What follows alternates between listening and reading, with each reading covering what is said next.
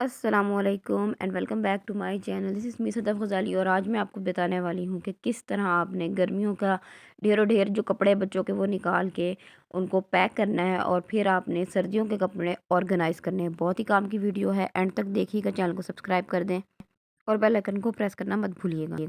तो जी, सबसे पहला काम हमने क्या करना है, हमने सॉर्टिंग कर लेनी है। जिस तरह के गर्मियों के बहुत सारे कपड़े होते हैं, उनमें से कुछ कपड़े सर्दियों में यूज़ हो जाते हैं।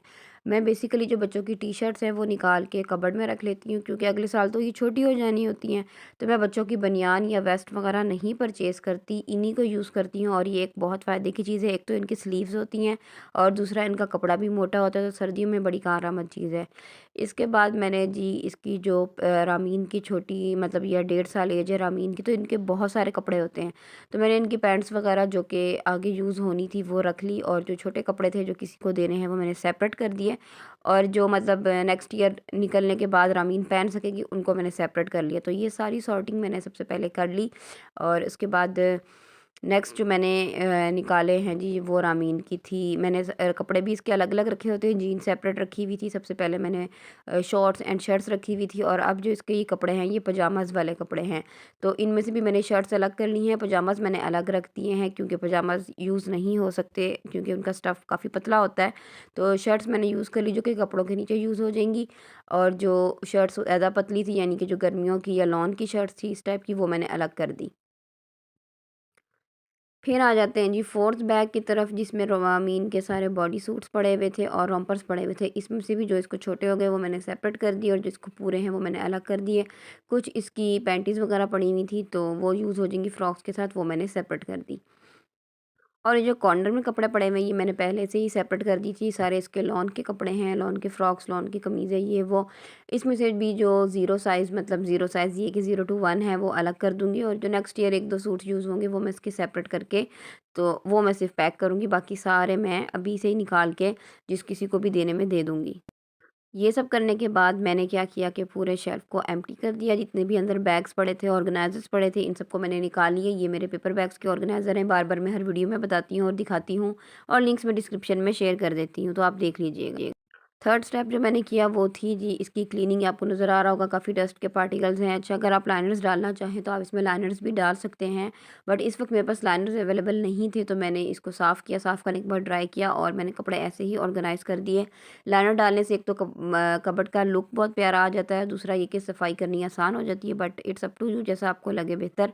वैसे मेरी अलमारी की कंडीशन काफ़ी अच्छी थी, तो ज़रूरत भी नहीं थी मुझे लाइनर्स की। और अब मैंने वापस अपने ऑर्गेनाइज़र बैग्स अंदर रखे हैं, और सबसे पहले मैंने रामीन की जो टी शर्ट्स निकाली थी वो सारी मैंने एक बैग में कर दी हैं, जो कि एज अ वेस्ट में यूज़ करूँगी कपड़ों के नीचे। तो ये सारी मैंने एक बैग में डाल दी हैं। और साथ ही मैं इसकी फ़ोल्डिंग भी आपको बता देती हूँ कि मैंने ये किस तरह फ़ोल्ड की है। तो जस्ट इसको जिस तरह मैंने पहले भी बताया था, डबल फ़ोल्ड किया और उसके बाद पॉकेट बन गई, और पॉकेट में इसको मैंने डाल दिया। और ये पतला सा छोटा सा बॉक्स पैटी जैसा एक छोटा सा पैटीज़ बन गए हैं। तो ये सारे पैटीज़ आपने यहाँ पे ऑर्गेनाइज़ कर लेने हैं। ऑर्गेनाइज़ आपने कैसे करने हैं जी, असेंडिंग डिसेंडिंग ऑर्डर को माइंड में रखना कि बड़े पीछे रखने हैं और छोटे आगे रखने, तो फिर इससे आपकी ऑर्गेनाइजेशन की कबर्ड की लुक प्यारी आती है। थर्ड बैग में मैंने रखे हैं रामीन के सारे ट्राउज़र एंड पजामाज़। और ये सारे जो बैग्स हैं ये खाड़ी के बैग्स, जैसे कि मैंने आपको बताया था कि खाड़ी के बैग बड़े और खुले होते हैं, तो इनके बैग्स बहुत अच्छे हैं। और ये वाला वसीम बदामी का बैग है, इस ये छोटा सा बैग है। इसमें मैंने इसकी जितनी भी पैंटीज़ और सॉक्स वगैरह इस तरह की जो चीज़ें पड़ी हुई थी फ़िलहाल मैंने इसमें वो अरेंज की। नेक्स्ट मैं जो सबसे पहले काम करूँगी, ये सारी सॉर्टिंग अरेंजमेंट करने के बाद मैंने इसके गर्मियों के कपड़े रोल करके अंदर रखे हैं। और इसकी फ़ोल्डिंग मैंने अपने एक लास्ट व्लॉग में शेयर किया, उसका भी लिंक मैं नीचे डिस्क्रिप्शन में शेयर कर दूँगी, तो आप देख लें कि इनको कैसे मैं फ़ोल्ड करती हूँ। देने वाले कपड़े सेपरेट हो गए, और पैक करने वाले गर्मियों के बैग में रखने वाले कपड़े सेपरेट करने के बाद मैंने रामीन के सारे सर्दियों के कपड़े निकाले जो लास्ट ईयर के थे इसके।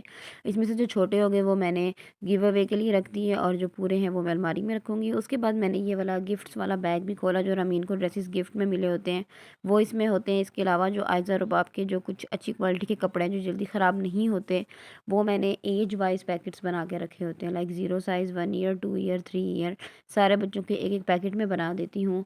तो अब मैं रामीन का 1 से लेके 2 ईयर वाला जो पैक है वो खोल के चेक करूँगी, उसमें कौन कौन से कपड़े हैं जो रामीन को पूरे आएंगे, वो हम निकाल लेंगे। यहाँ पर मैं इस क्लोज़ फिट रॉम्पर को फ़ोल्ड कर रही हूँ और इसको मैंने इस तरह फ़ोल्ड किया है कि ऊपर से शर्ट की तरह फ़ोल्ड किया है, इसकी दोनों लेग्स को स्ट्रेट किया है और इसको इसी तरह मैंने जो इसकी कॉलर वाली यानी कि नेक वाली साइड है उसमें डाल के तो मैंने फिर से अपना बॉक्स पैटी तैयार कर लिया है।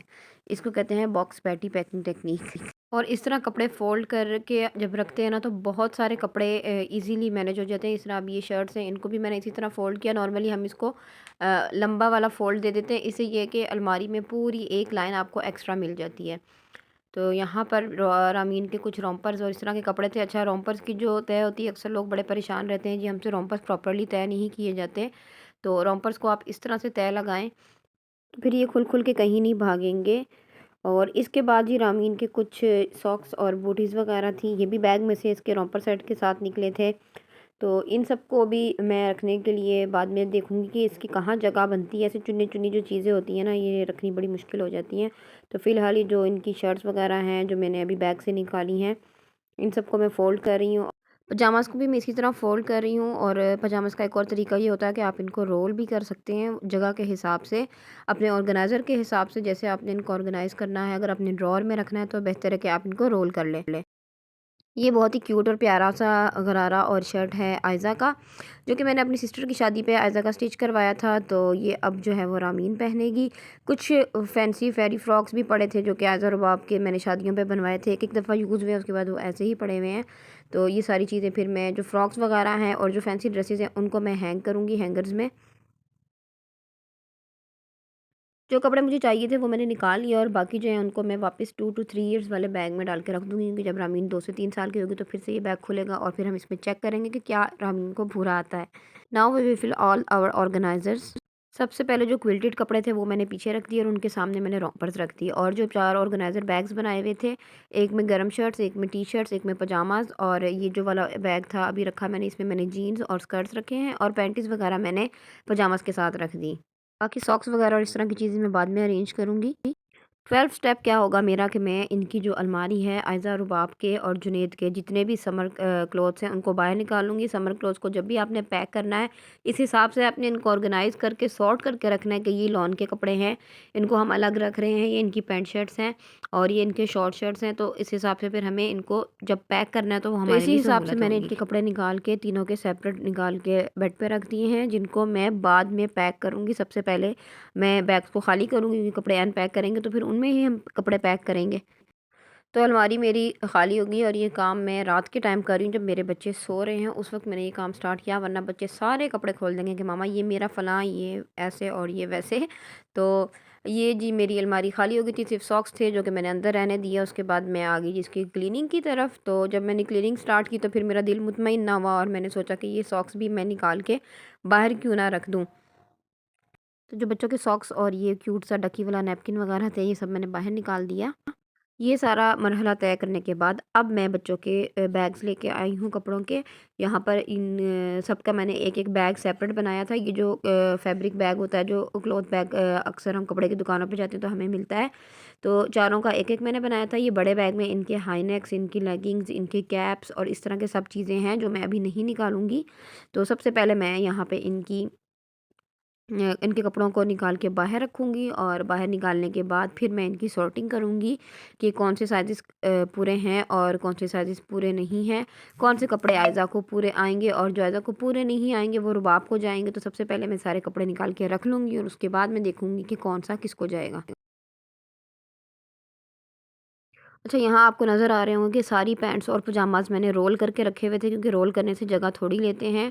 तो अब जो पैंट्स हैं उनको मैंने बिल्कुल स्ट्रेट कर दिया, क्योंकि मोटी पैंट्स हैं, क्विल्टेड पैंट्स हैं तो ये ज़्यादा जगह लेती हैं। तो इनको जितना हम स्ट्रेट करके रखेंगे उतनी ये कम जगह लेंगी। और शर्ट्स को जो मैंने नॉर्मल फ़ोल्ड था, फ़िलहाल मैंने इनको ऐसे ही फ़ोल्ड करके रख दिया है, क्योंकि अभी इनको वॉश करना है, इनको एक दफ़ा फिर आयरन करेंगे। उसके बाद जब इनको रखेंगे तो फिर कोई और टेक्नीक की ज़रूरत पड़ी तो लगाएँगे, लेकिन फ़िलहाल मैं इनको सिंपली रखती जा रही हूँ ऐसे ही। और अभी फ़िलहाल मैं इनको ऐसे ही कबर्ड में ऑर्गेनाइज़ करूँगी, क्योंकि अभी इतने सारे कपड़े नहीं लग रहे हैं मुझे।